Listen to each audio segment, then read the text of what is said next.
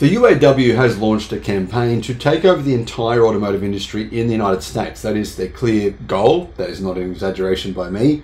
They have clearly stated they wish to unionize every single automotive company in America, and that they will be the one single union that controls all automotive facilities across the entire United States. There's a huge amount of support for this. I've looked at comments. I've looked at hundreds and hundreds and maybe even thousands of comments.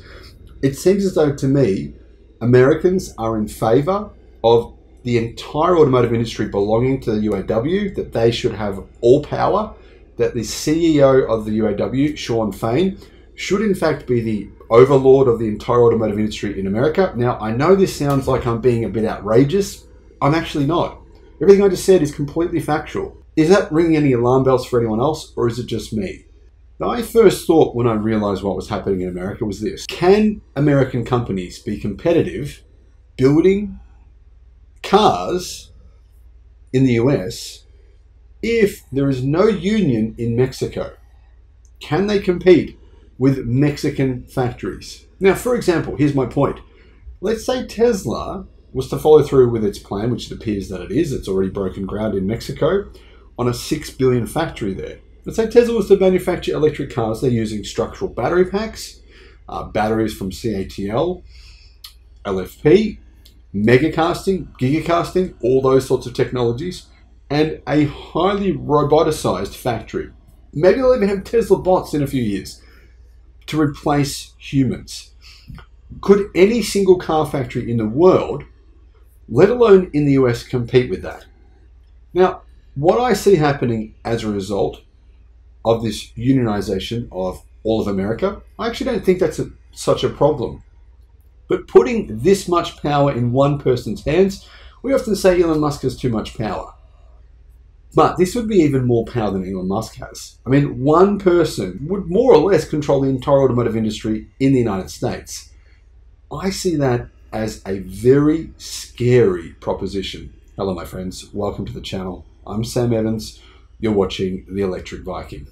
The UAW has launched an unprecedented campaign to unionize the entire US auto industry at once, with thousands of automotive workers at 13 companies, not 13 factories. We're talking probably 40 factories combined at 13 different automakers announcing simultaneous unionization campaigns. Now, this is not about multiple unions. This is about one union being the overlord of all of these brands. After the UAW's big strike win, or some people are calling it a win, we'll see if that is true in the future, winning 25% plus pay increases at Ford, General Motors and Stellantis automakers after a simultaneous strike, the union is looking to maintain that momentum, but basically to say, well, hey, this is a reason why we should be in control of the entire automotive industry in America, like IG Metall is in Sweden and in, well, obviously parts of Europe. IG Metall is the union. They have a lot of power. Recently, they've actually gotten in a bit of trouble for breaking the law and forcing companies to unionize. But anyway, that's another story. Immediately after declaring victory, Shawn Fain, the UAW president, said that in the next negotiation in 2028, the UAW wants to come back to the bargaining table to negotiate with not just the big three, but with all automotive companies in America, implying the union plans to expand across the entire automotive industry. And in particular, they want to focus on unionizing Tesla and Toyota. But also they mentioned Honda, they mentioned Nissan, they pretty much mentioned everyone, to be honest. So they're going after everyone. So who exactly have the UAW even mentioned? Well, they mentioned these companies: Toyota, Honda, Hyundai, or Hyundai as you guys say, Tesla, Nissan, BMW, Mercedes-Benz, Subaru, Volkswagen, Mazda, Rivian, Lucid, and Volvo. And I'm sure if they're able to unionize all of those companies, then everyone else will just fall like dominoes. The campaign was accompanied by a video narrated by Fain making his union pitch. UAW says that while automakers and investors are making record profits, which isn't actually true, it depends on the company.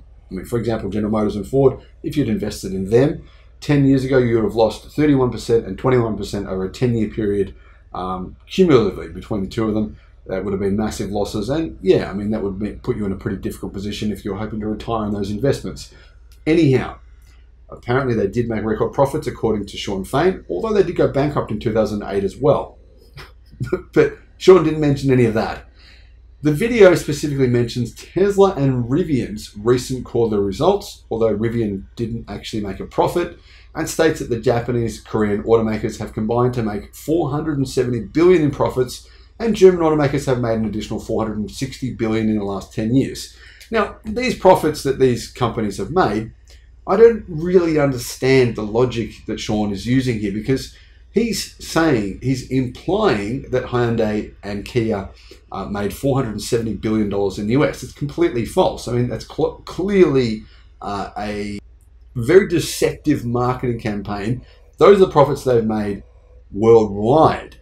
Worldwide, not in America, but worldwide over that period, over a very long period of time. Now, German automakers may have made 460 billion in profits over the last 10 years, but the majority of those profits, believe it or not, were actually in China. It had nothing to do with America. Yeah, they made lots of money in America, but he didn't mention what they made in America because it's nowhere near those numbers. Now, I actually don't have too much of a problem with Shawn making a marketing message and trying to recruit other companies. I think there's nothing wrong with that. That's what his business is set up to do.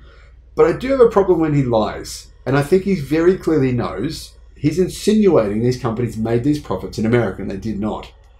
Since the UAW's big wins, other automakers have moved to increase pay, and those include Volkswagen, Hyundai, Toyota, and Honda. Others have announced small pay rises as well. The UAW doesn't want to stop, though, at voluntary pay hikes from other companies. It thinks that unionizing these companies gives workers a better deal, and it makes the UAW, it gives them more power. It enables them to basically have more of a say about what automakers across America do, and probably gives them more political power as well. Now, the UAW, they do influence politics in America. I don't think that's a good thing. I personally don't think any company, any private company should influence politics. Obviously, the Democratic Party, Joe Biden administration, they had a bit of a conflict with the UAW recently. They've mended that up, and now Joe Biden is in full support of Shawn Fain and the UAW unionizing all automakers across America. Here's what a Toyota assembly worker said in their point that Toyota should be unionized and should join the UAW. We've lost so much since I started here, and the raise we got recently won't make up for that. It won't make up for the health benefits we've lost. It won't make up for the wear and tear on our bodies. We still build a quality vehicle. People take pride in that.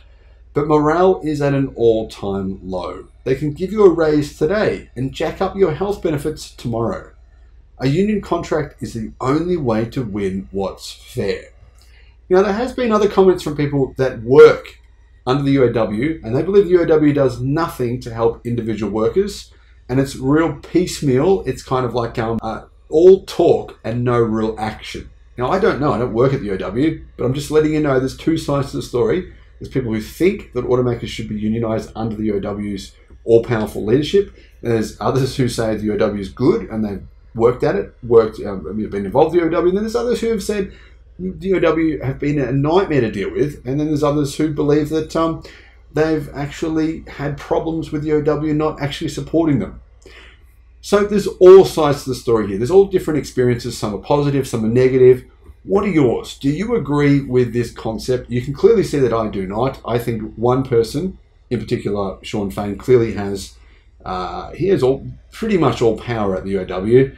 I think one person having that much power is never, ever a good thing. And we know the history of the UAW. About half of their former leadership is now in jail for corruption. Now, that's true. People get really, really worked up when I make that comment, but it is true. I'm telling you the truth here. Now, I don't believe Shawn Fain is dishonest in this way. I don't believe he's a criminal. In fact, I'm not stating that at all. But I believe that power does corrupt, and too much of it is not necessarily a good thing. A rival union, could that be another option? What are your thoughts? Let me know in the comments. Thanks for watching.